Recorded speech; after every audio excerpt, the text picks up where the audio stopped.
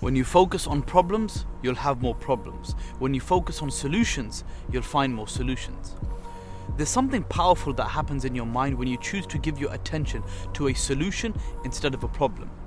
Most people stay stuck because all their attention is on what's wrong, not what they can do next. And this is why your focus will decide whether you stay stuck or move forward in life.